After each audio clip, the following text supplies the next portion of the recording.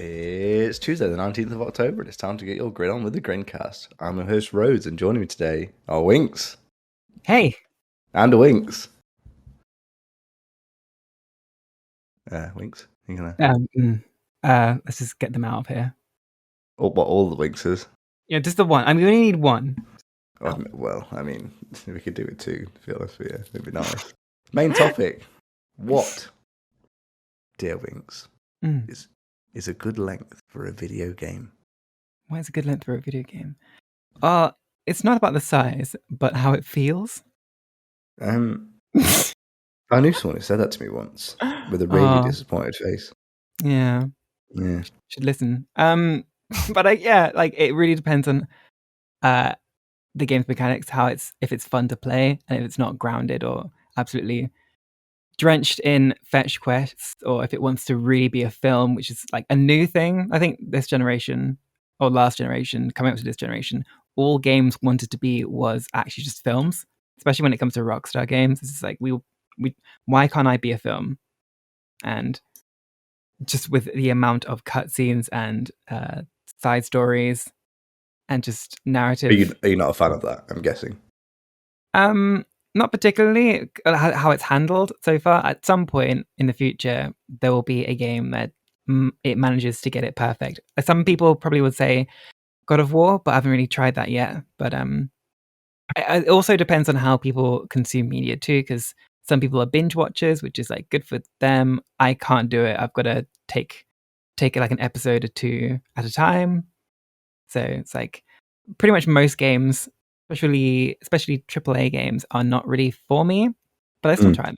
Some of them hit, some of them get the right balance. But yeah, like...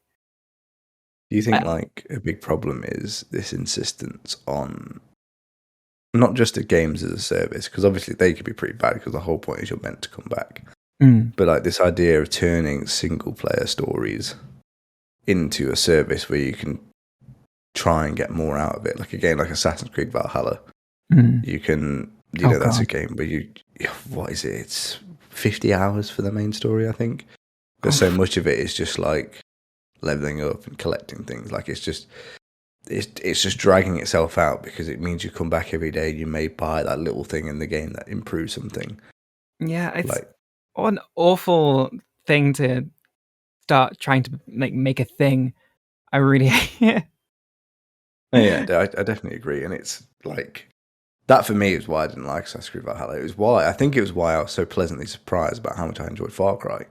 Because obviously they're both Ubisoft games, and Far Cry was, what I think I beat it in 14 hours, I want to say.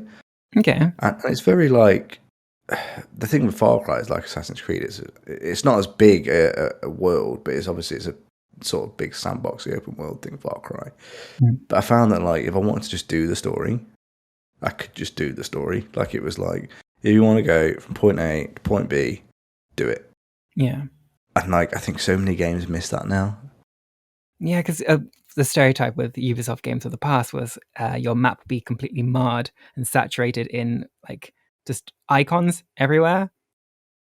And that's not fun for the majority of people, but it gives engagement, and it's like I think people equate the length of a game as like you're getting more bang for your buck, which I guess had a place like maybe 20 years ago, but well, I'm glad that it's not really a thing now. But still, with Valhalla and Odyssey, even for it to having like those XP grinds, and you can pay like more money so that you can get your XP quicker. I'm glad that that's like slowing down, but it's so egregious. It's hurt games that could have been very good. I still think Assassin's Creed Valhalla could have been very good, because I think the way Ubisoft create like not classical worlds, that's probably the wrong, historical like worlds, like the Vikings, like in Odyssey with the ancient Greece vibe. I think they're great. I honestly do. Like I've never played an Assassin's, apart from Assassin's Creed 3, because no one cares about the American Revolution, and I will die on that hill. Every other Assassin's Creed. Well, they were English, really, weren't they? It was just us falling out with ourselves. Get over it, guys. But like all Assassin's Creed games, I think are gorgeous. Like being able to like in Assassin's Creed 2 going to Rome and stuff like that, and that's still true now, up until and including Valhalla. It's just a shame that like I remember Assassin's Creed 2, it was like 12 hours maybe. And you've got, Ezio is this really charismatic character, and he's great to control, he's great to play, and he's fun to watch. And then you've got Ivor, one of those. It's them. That's one of them is their names. You can obviously the new Ubisoft thing. You can pick a man or a woman. Ooh, how far we've come from being able to not model women at all to always getting to play as a woman. Aren't they great?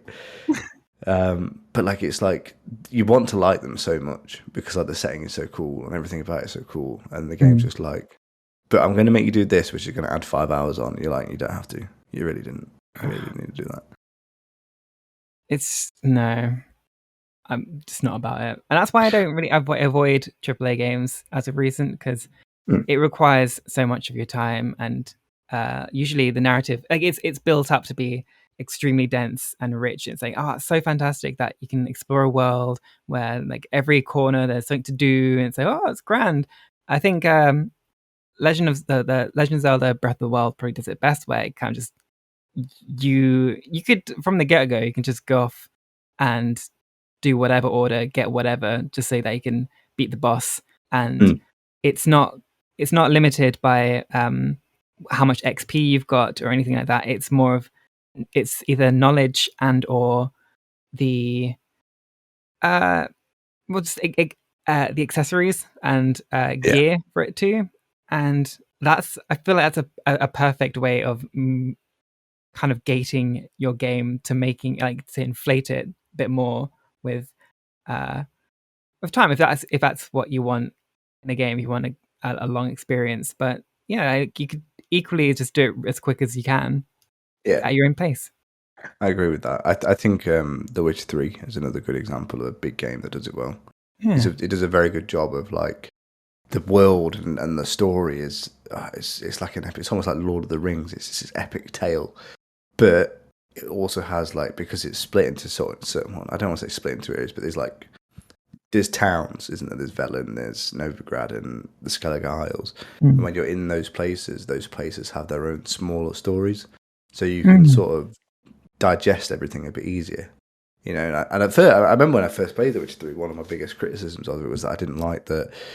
The main story is you need to find Ciri, and the quest is like you go to Velen, you go to Novigrad, you go to Skellige, and see what you can find out, and then each place was its own sort of main quest. And I was like, that's stupid. I don't see why you do that. But then having played the whole game and how big it is, I was like, oh, that was great, because it meant I could enjoy, like when I did Velen, that whole thing has like, that city has like, on its own, it's probably like, let's say 14, 15 hours to do. And it's got its own story arc, and it's got its own conclusive ending and everything like that. And when you finished it, you were like, I can put this down now for maybe a couple of weeks and come back to it because that's resolved. And like that's good. Like I don't like there's little bits you can do with side quests, but they're not essential to the story. But like it's a big game, and what it did was it almost put checkpoints in where you were like, right, I've done 15 hours, and I can stop now for a bit and take a break, do something else maybe.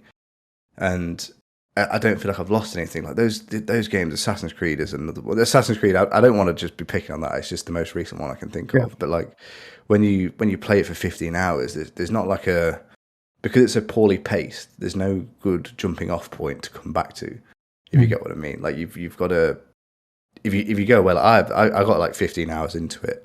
I haven't played it for months. If I went back to it now, I'd have to start again because I wouldn't have an idea what was going on.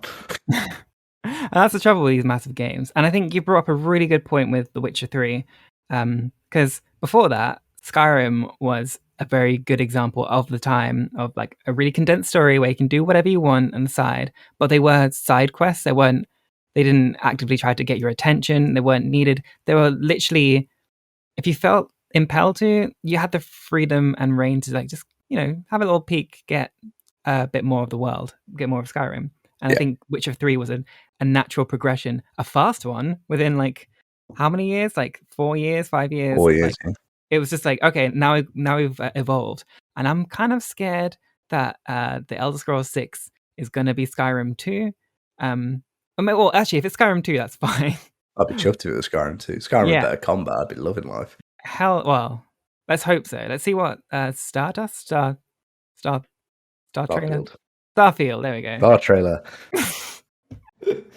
But right, okay, we spoke a lot about long games and why they can be good and bad. Yes. But like, do you ever play a game that you think is too short? Like, I don't. Oh, you're right. What's the best example? Resident Evil 3, the remake of Resident Evil 3 is a good example. Resident Evil 3 is a AAA priced game. You know, that cost, I have it on Steam, I think it was 45 quid maybe. Brand new first day. Of course it's brand new at Steam. Buying my second-hand Steam games. So I got a day one. I got a day one, it was 45 quid, and that game, what, maybe 3.5 hours long? And it's like, on one hand, I love games that are 3.5 hours long. That's, for me, that's a sitting I could do that in. Yes, but not for what you wanted in a Resident Evil 3, right? Exactly. Like, when you're paying full price for a video game, you expect a certain length, I think. See, I'm gonna counter that. Okay. I think for people who have never played Resident Evil 3 and picking the remake up first, or like assuming that, you know, that's just a definitive way of enjoying the game, then I think they're not gonna get their bang for the buck because they just want to sit and play it once. I think the game is designed to be played multiple times, over and over again. Yeah, that is true, and I do agree with that to an extent. But that's just using Resident Evil 3 as an example, though. True. I'm trying to think of something more recent, maybe that was quite short, but I can't think. For me, like a good example of a game I think does it well recently is Deathloop, or Far Cry 5, for that example. That I think 10 to 15 hours is a very good length for a video game, but both of them have room for more if you want to do more. But there's no like, oh hey, if you want to just do the story and do your thing, that's fine. I think that's the key take from this, is that the game will actually give you the benefit of the doubt of like, here's the story. It's short and sweet, or it's short and sweet compared to most bloated games.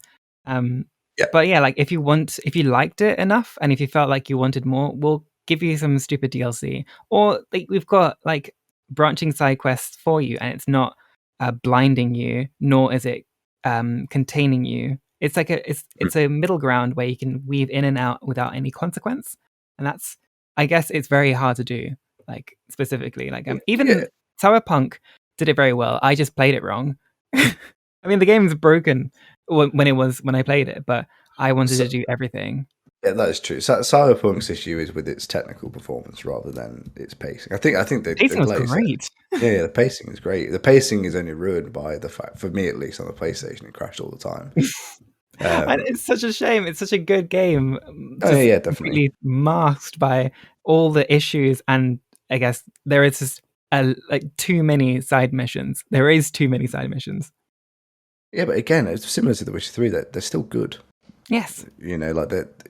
I think that's another important aspect of these big open world games, is that when the side content is good, you will enjoy doing it, especially if it's optional.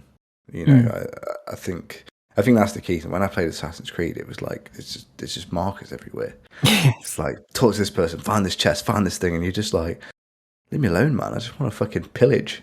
Yeah, it becomes a massive list of things to do, and Skyrim was kind of a lot of Bethesda games, Bethesda games that are like Skyrim and Fallout, they do turn into like a list if that's how you play. And it's like you just don't want to look at the list because it's like, I'm never going to finish them all. But I think what Bethesda does well is that it does the Witcher thing where you do get a list, but like it condenses everything. You go to an area and you get loads of shit, and it's all done within a certain radius, and then suddenly you've cleared it. When you play a game like Assassin's Creed, or I'm trying to think of just a different open world game recently, because I don't want to keep using Assassin's Creed, but I can't think of anything that I've played recently. What's that? What's that one where it's you're hacking? You're a hacker. Cyberpunk? The other Ubisoft one. Oh, Watch Dogs. Watch Dogs. That also came out last year. Oh fucking hell, yeah! That's also just as bad for the same reason. When you play those games, like it's everything you do. It's like you talk to someone, they're like, "Can you help me?" I'm like, "Yeah, of course I can. I'll give you a hand." And they're like, "Can you like go and do this thing for me, please. I'll give you like 7 gold. And you're like, oh yeah, I can do that for you, old lady. I'm a good Viking. I can help you out. And then you open your map and it's like 9,000 meters away, and you're like, no, get yourself. I'm trying to save the world, pal. Yeah. You know what? Actually, you were saying about like good short games, or just short games in general. But I feel like it's easier for short games to be, I don't know, feel good in its length, at least. I guess because they know how to do it, because we've had almost the entirety of video game history to get it right. And like even most recently, Minute is like one of my favorite short games to play. It literally is like it is like Deathloop before Deathloop. Well, the only thing that's the same is that you die. Actually, so it literally is a Deathloop, but it's nothing like Deathloop, where you have 60 seconds to live and you got to figure out how to undo this 60-second curse, and it's just brilliant premise. Yeah, it's good. I agree with that. I do think that shorter games do have it easier.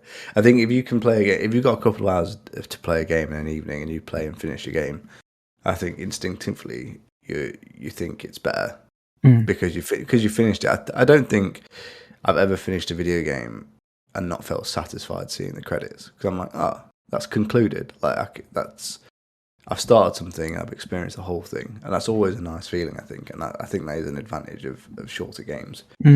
I just feel like, for me, like you said, shorter indie games, you know, 10, 15, maybe 20 quid, depending on the quality or the maker, like you're happy to give that up for 2 or 3 hours. It's when... Sorry. No, go on.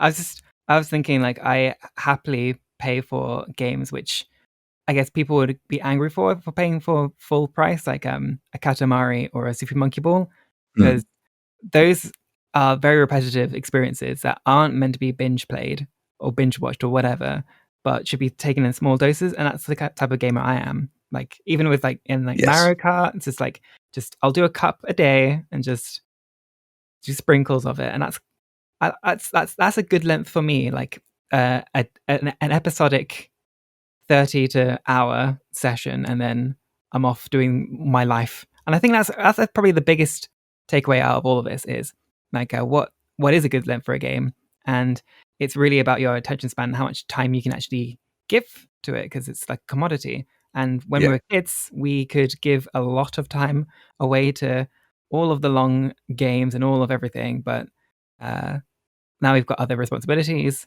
It's harder to dive into those worlds, those deep, rich worlds, as easy. Yeah, I definitely agree with that.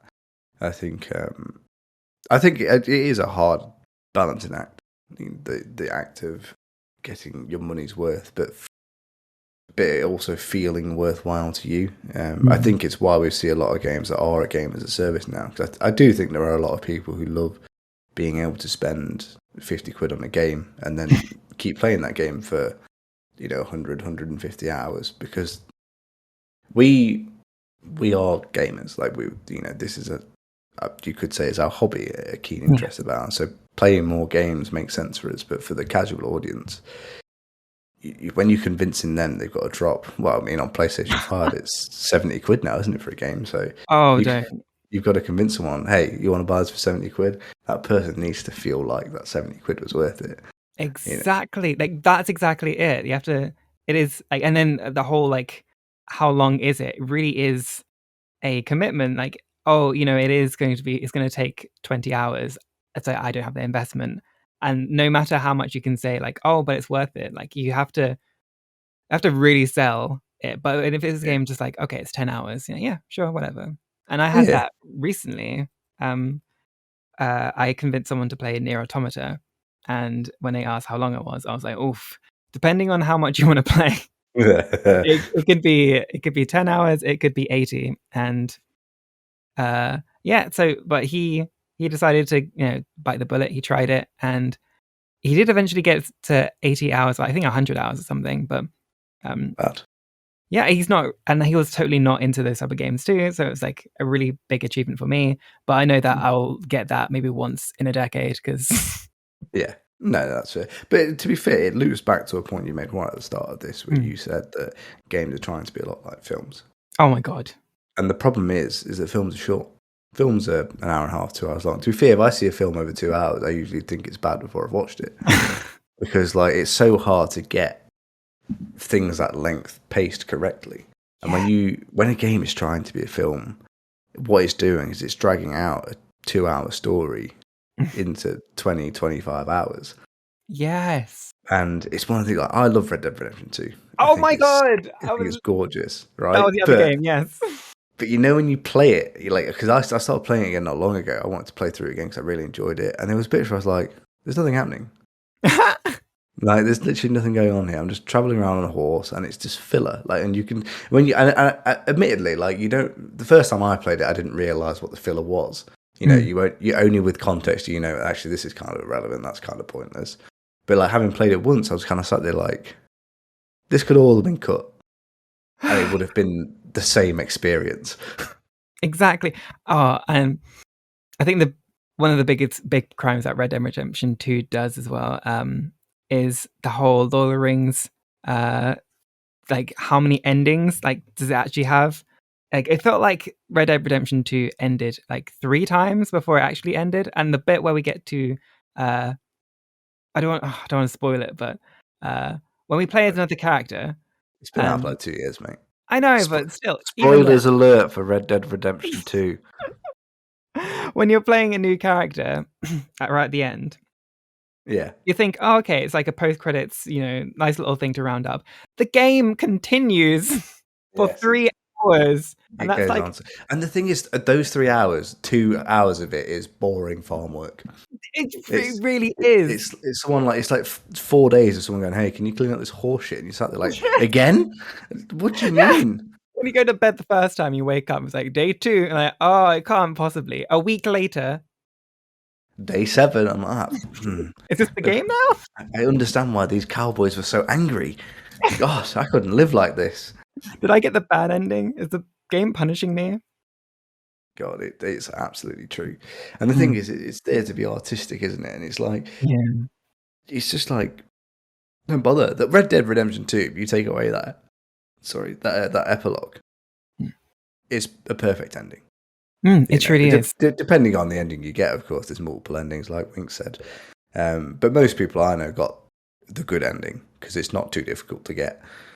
And I think just like extending the game for 3 hours along that, because the whole point of that epilogue is to just give you the satisfactory revenge for what happens at the end of Red Dead Redemption 2's like main story. But you have to wait 3 hours to do it, and it's over like that. And it's like, you could have done this in 30 minutes. Yeah. And it wouldn't even be so adverse if they like released, like withheld it and released it afterwards. Maybe not, definitely not as paid. Oh my god, no. But just, it's one of those things they could have just had like a little spicy little bonus whilst they were working on Red Dead Online. You don't have to show everything all at once. And yeah, so exactly what you said, pacing really matters, especially like for a good length of a film. I was going to say a game. God, Red Dead really wants to be a film. Well, I feel like on that bombshell, we should wrap up. We made it to 9:00, so I would say that was a success. We were worried we weren't going to speak long enough, but apparently, if you talk about Red Dead, Winks can talk forever. And if I bring up Assassin's Creed, I can't stop fucking running. So, yeehaw, indeed. Yeehaw, motherfuckers. Anyway, kind of Yee West, sorry. Yee West. Thank you, Winks, for joining me on this. You're welcome. Relatively warm October evening. It's 17 degrees apparently. So, that's not very wintry. It's autumn. That's why. But yes, thank you everyone for listening and for Winks for joining me. You can find us on various platforms: Amazon Music, iTunes, Stitcher, Spotify. I'm fairly certain there's a 5th one. I don't know what it is though, because it's never listed. And that doesn't include GameGrin.com. Obviously, you can go there. You can read our reviews and our articles. But until next time, I hope you've enjoyed episode 322 of the GrinCast. And game on.